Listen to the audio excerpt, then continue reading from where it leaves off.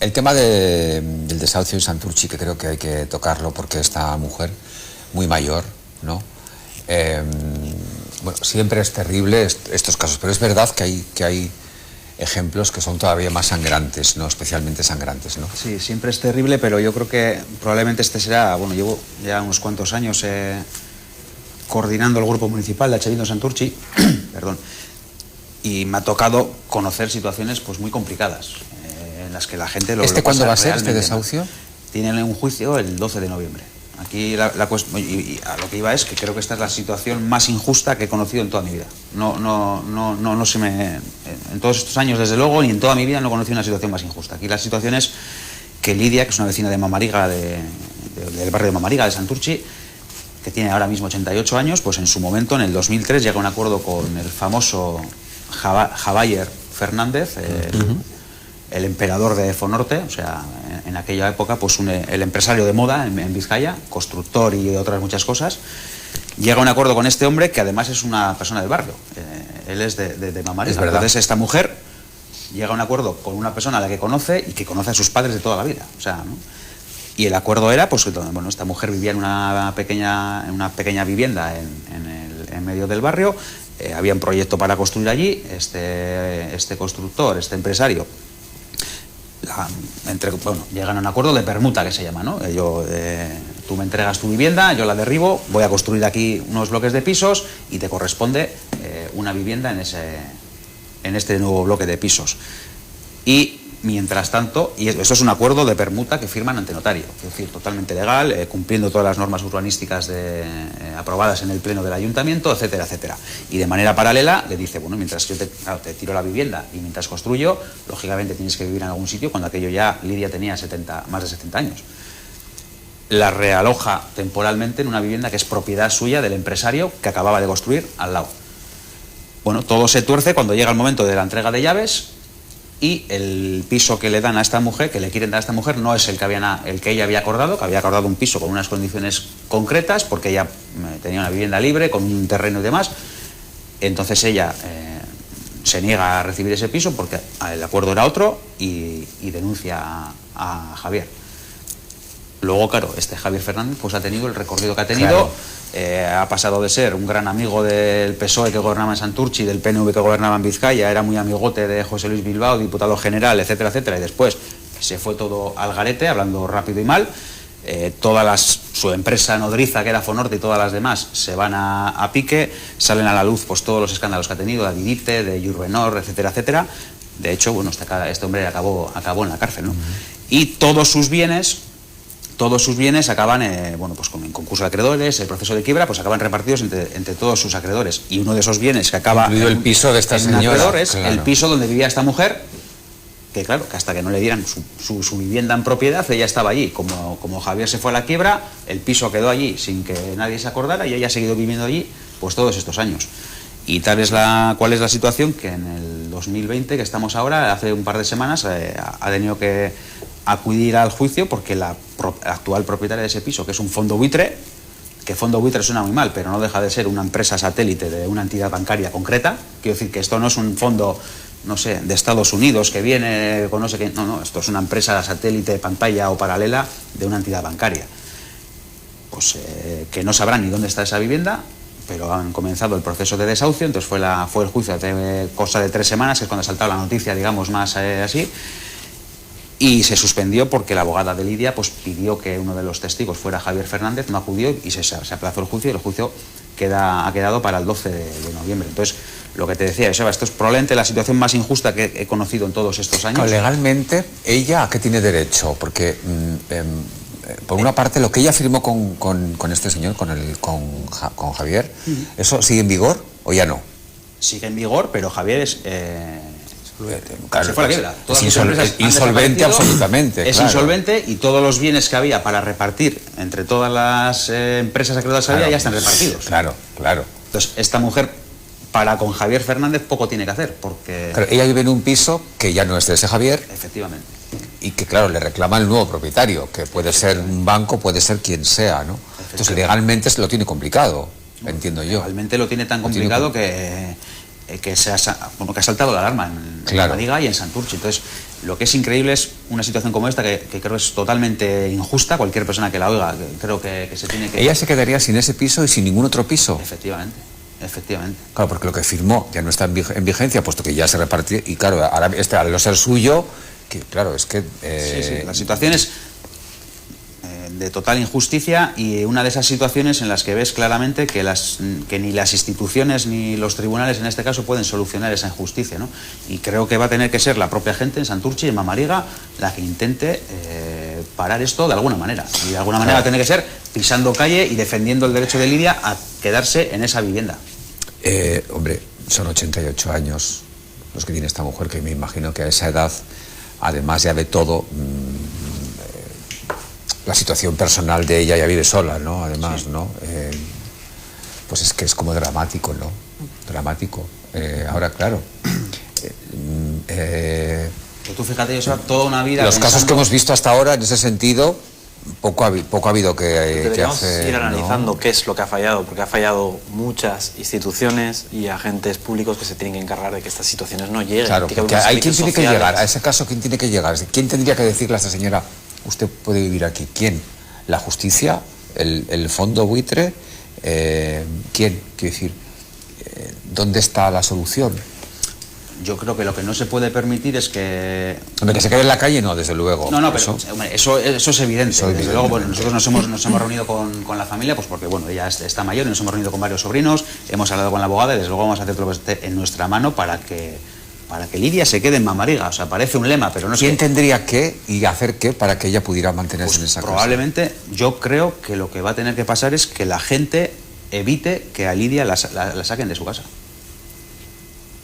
Y que el fondo buitre recapitule, recule... Eso es muy idealista, quiero decir, al final... Sí, es muy idealista, pero la justicia ha fallado, las instituciones han fallado, solo queda... Los políticos hemos fallado, y los políticos también hemos fallado, y hay que revisar, hay que hacer una revisión, porque el caso que estás contando de Lidia seguramente no será el único, y habrá muchos más casos parecidos. No, aquí hemos pasado por varios, ha habido... Entonces, el año pasado, acordaros el caso de Vittori, sí, que le ocuparon la casa y vio sus cosas como se las estaban vendiendo por internet. O sea, hay casos muy dramáticos de personas mayores, cada vez vamos a ser más mayores, y ha salido un estudio este fin de semana que decía que la población en Vizcaya va a incrementarse mucho en edad. Entonces, son personas vulnerables que necesitan todo nuestro apoyo, y realmente si llegado a esa edad se sienten tan solos y no tienen un recurso de los políticos, de nosotros, los que estamos aquí sentados al final, porque no hay más gente detrás ayudándonos, y no hay una sociedad que apoye, pues volverá a ocurrir.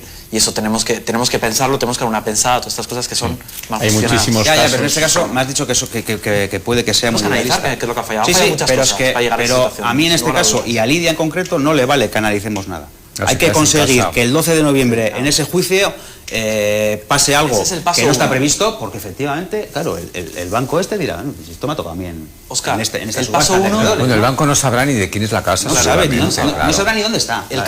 El paso 1 es asegurar que Lidia no se queda en la calle, y el paso 2 es asegurar que no volverá a ninguna otra Lidia. Y si no damos ese paso 2, dentro de un año volveremos a estar hablando de una situación parecida. Sí, pero lo que te quiero decir es nuestra función. Pero la realidad es que hay muchísimas Lidias y muchísimos de muchas edades, de muchas franjas de edad. Yo comparto lo que dice Álvaro, además que no es un caso ni dos, hay muchísimos más. Me viene a la cabeza, por ejemplo, la venta de 3.000 pisos por parte de la Comunidad de Madrid a un fondo buitre, y que el Tribunal Supremo ha dicho tenéis que devolver esos 3.000 pisos, y la Comunidad de Madrid, sustentada por PP y Ciudadanos, no lo devuelve. Emilio, saca la ideología de esto, por favor. No es ideología, son 3.000. Tú dile a esas 3.000 personas que viven ahí que saque de aquí la ideología. Cumplir la ley. Emilio, por favor, la ley. Volvamos al tema. La ley es que a veces funciona, a veces funciona. Pero yo creo que el problema de raíz en este caso igual es la ley, precisamente, ¿no? O sea, ahora mismo Lidia se encuentra en un problema de que o bien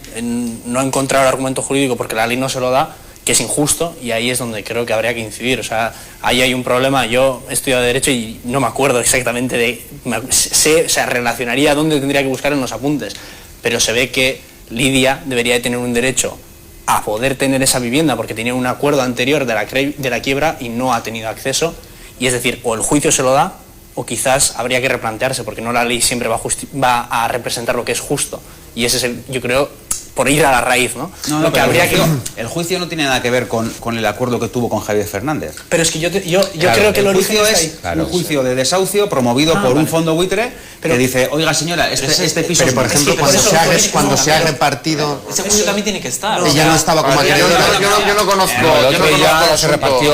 He querido hacer un resumen del caso, pero evidentemente esos pasos también los dio la familia y hasta que se acabaron. ¿Por qué? Porque Javier Fernández se fue a la auténtica quiebra, repartió todos sus bienes y no hay por dónde echarle el guante al mayor, por cierto, mayor moroso de toda la hacienda de Vizcaya. O sea que ese es el señor que también le ha chorado la casa a Lidia, o sea... Miras a mí, pero mírale al PNV y mírale al PSOE. No, Óscar, no tengo que mirar, en este caso no tengo que mirar a nadie y no peco de idealista. Lo que tengo claro es que en este caso, en el caso de Lidia, vecina de Mamariga, 88 años, estafada por un auténtico ladrón y corrupto empresario modelo cuando aquello, en este caso... los tribunales no van a solucionar el problema de Lidia, las instituciones no van a solucionar el problema de Lidia y creo que lo va a tener que solucionar la gente con la presión popular. Pero son las instituciones las que tienen que solucionar el problema. Lo que nos demanda a nosotros la sociedad es que si hay una ley que funciona mal, la cambiemos, que somos los que tenemos que estar trabajando para hacerlo. Y empezar a pensar que tenemos que sacar a la sociedad a la calle para que defienda un derecho significa que nosotros no hemos hecho bien nuestro trabajo. Entonces, mirémonos la barriga y que trabajemos para que no haya más Lidias, que seguro que estamos de acuerdo. Pero los 6 que estamos fíjate, aquí. Álvaro, que os habéis dado cuenta la cantidad no en este caso, en este tema, en muchísimos temas en donde quienes realmente pagan las consecuencias de un delito no es nunca el que delinque, pero en muchísimas cosas, no en el tema de los desahucios, no en muchísimos aspectos. Sí. Es decir, hay muchísimas personas que sufren consecuencias de alguien que ha cometido un delito y que la ley, de la forma que está hecha, cada vez hay más gente que delinque y conoce la ley y la trampa. Muchísima gente, y saben perfectamente hasta dónde pueden llegar, dónde se pueden quedar y lo que tienen que hacer para que cuando algo ocurra, la línea está tan clara que te dice, la ley también la interpretan los jueces, ¿eh? Totalmente, claro. El problema pero hay algo ahí que decirte... Claro, pero eso es una situación que ocurre yo creo que en muchos casos, ¿no? Al final son situaciones tristes y que les han ocurrido a mucha gente, sobre todo cuando constructoras finalizan, acaban siendo insolventes y hay mucha gente que se ha dejado todos sus ahorros en viviendas que ha pagado a esas constructoras, ¿no? Y yo creo que el problema es de raíz, ¿no? Que igual tiene que existir un seguro de responsabilidad civil, la ley tiene que hacer que exista un seguro de responsabilidad civil en el momento que contratas con la constructora, o medidas en este sentido, ¿no? Para que a quien decide invertir todo su dinero en una casa de nueva construcción tenga garantía de que va a recibir una vivienda. De todas formas, estoy convencido de que aquí veremos las imágenes, y siento decirlo así, pero es que las veremos, de cómo la gente en Santurce ese día va a evitar que le saquen de la casa a la señora, porque ha pasado... Pero eso es porque siguen fallando cosas. Pero es que lo hemos visto tantas veces ya. Yo recuerdo que aquí muchísimas veces en muchísimos programas se han hecho programas sobre casos concretos, que el juicio es el martes y va a haber... Y luego veíamos las imágenes de cómo la gente iba a la puerta, enfrentamientos. Ha habido altercados en no sé dónde porque resulta que la policía... Porque no estamos haciendo nuestro trabajo. Pero la señora se queda sin su casa, la gente tiene que ir a la puerta y ahí está la movida garantizada. Y al final el trabajo... Sí, pero mira, si hay errores en nuestro sistema, que puede haberlos, y hay que corregirlos, la vía no es ir ahí a lo bestia tal, la vía es encontrar los problemas de raíz, quizás haya unos problemas de raíz que haya que regular, y si esta señora se va a quedar en una situación de desamparo, pues tienen que ser los servicios sociales públicos los que le den una alternativa a corto plazo. Yo en primer lugar no creo que sea algo a lo bestia. Normalmente por el tipo de desobediencia civil que suelen llevar esos movimientos suelen ser... Hombre, yo creo que los movimientos antidesahucios o el caso de Vittori en concreto y demás, o sea, nunca suelen ser tampoco, ¿no? Que se caractericen por la violencia. ¿Tenemos que llegar hasta ese extremo? No, si no, en ningún caso me vais a ver defendiendo, pero estoy diciendo precisamente que son movimientos pacíficos y concentraciones pacíficas de desobediencia civil. Que yo no los critico, que están criticando, que están haciendo una acción, o sea, llevando a cabo una acción para estar en contra de una ley que creen injusta, o sea, es decir, tampoco... Y queda un poco a desmano, pero es en base a la corrección que me hacías de que el juicio en realidad no es sobre ese derecho que podría tener, sino que es sobre el desahucio. Lo que quería traer es que ese desahucio se origina porque quizás en realidad ella tenía un derecho de antes, es decir, no se le reconoce un derecho que quizás debería de reconocérsele. Entonces, eso es lo que quería decir, que el problema es ese, un problema de derecho civil, puramente hablando, o sea, técnicamente hablando es un problema de derecho civil. Bueno, y que a ella la engañan, ¿no? Directamente ella es víctima de una estafa. Y que quizás eso a veces queda demasiado lejos del ciudadano. Tienes un problema de derecho civil. ¿Qué? No tengo casa. ¿qué me estás contando, no? Claro. Y entonces igual pues el problema igual reside ahí y hay que agilizar las cosas y demás. Bueno, voy a leer el enunciado textualmente, porque el enunciado